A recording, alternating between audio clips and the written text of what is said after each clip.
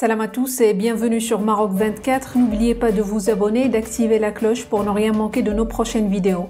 Aujourd'hui, le mercredi 20 septembre 2023, nous aborderons le sujet de la falsification de la date de fondation du Maroc sur Wikipédia et Google, tandis que le Maroc déploie d'importants efforts pour venir en aide aux nombreuses victimes du séisme du 8 septembre. Des individus mal intentionnés présumés être des trolls algériens ont saisi cette occasion pour infiltrer Google et l'encyclopédie Wikipédia. Leur dessein, modifier la date historique de la création du Royaume du Maroc, la faisant passer de 789 à 1956. Restez avec nous pour plus de détails. C'est un article de la journaliste Zineb Ibn Zahir publié sur le 360. La plupart des internautes le savent, Wikipédia n'est pas une source fiable. Ouverte à toutes les modifications, l'encyclopédie en ligne peut être alimentée et corrigée par tout un chacun, dès lors qu'il est enregistré sur la plateforme en tant qu'utilisateur. Cet accès libre à Wikipédia représente une porte ouverte aux trolls, notamment algériens, qui n'ont de cesse de modifier les pages relatives au Maroc, afin d'y insérer des erreurs dans les dates ou les faits historiques quand ce ne sont pas des insultes. En février 2022, le 360 avait consacré un reportage à ce sujet, Wikipédia étant devenu le nouveau front d'une guerre numérique que mène l'Algérie contre le Maroc et qui consiste notamment à s'approprier sur le web le patrimoine culturel marocain. N'eût été la vigilance d'internautes marocains qui s'emploient à corriger au quotidien les conséquences de ce piratage en règle, ces fausses données pourraient passer pour des faits historiques avérés aux yeux de personnes non averties. Dernier fait d'armes en date de ces pirates numériques, le changement de la date de fondation du Maroc, qui affiche désormais sur Wikipédia et Google 1956, soit la date d'indépendance du pays, en lieu et place de 789, date de la fondation de la première dynastie marocaine par Idriss Ier à Volubilis. En se rendant sur l'onglet « Afficher l'historique », en haut à droite de la page Wikipédia dédiée au Maroc, l'on découvre toutes les modifications entreprises sur la page et l'ampleur du piratage qui a lieu depuis quelques jours concernant ce changement de date. Ainsi, si la date de fondation du Maroc est restée inchangée, soit 789, il est indiqué d'emblée, le Maroc, ou depuis 1956, en forme longue le Royaume du Maroc. À noter que la page anglophone dédiée au Maroc sur Wikipédia ne comporte pas ce changement. Ces pirates numériques ne se sont pas arrêtés à Wikipédia mais ont aussi entrepris d'effectuer le même changement sur Google.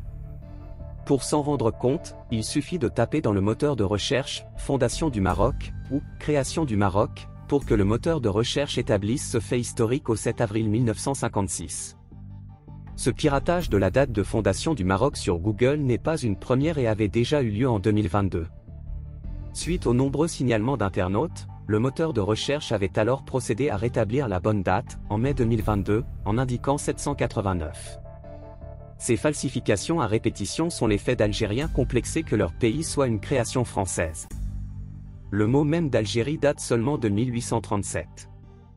La paternité de ce nom revient en effet au maréchal Soult, qui le substitua à l'expression trop longue de « possession française du nord de l'Afrique ».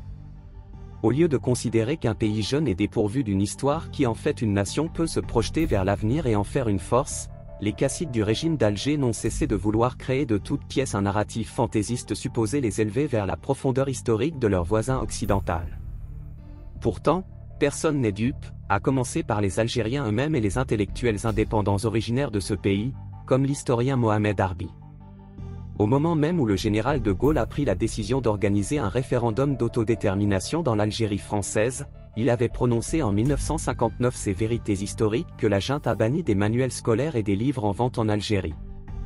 Depuis que le monde est le monde, il n'y a jamais eu d'unité, à plus forte raison, de souveraineté algérienne.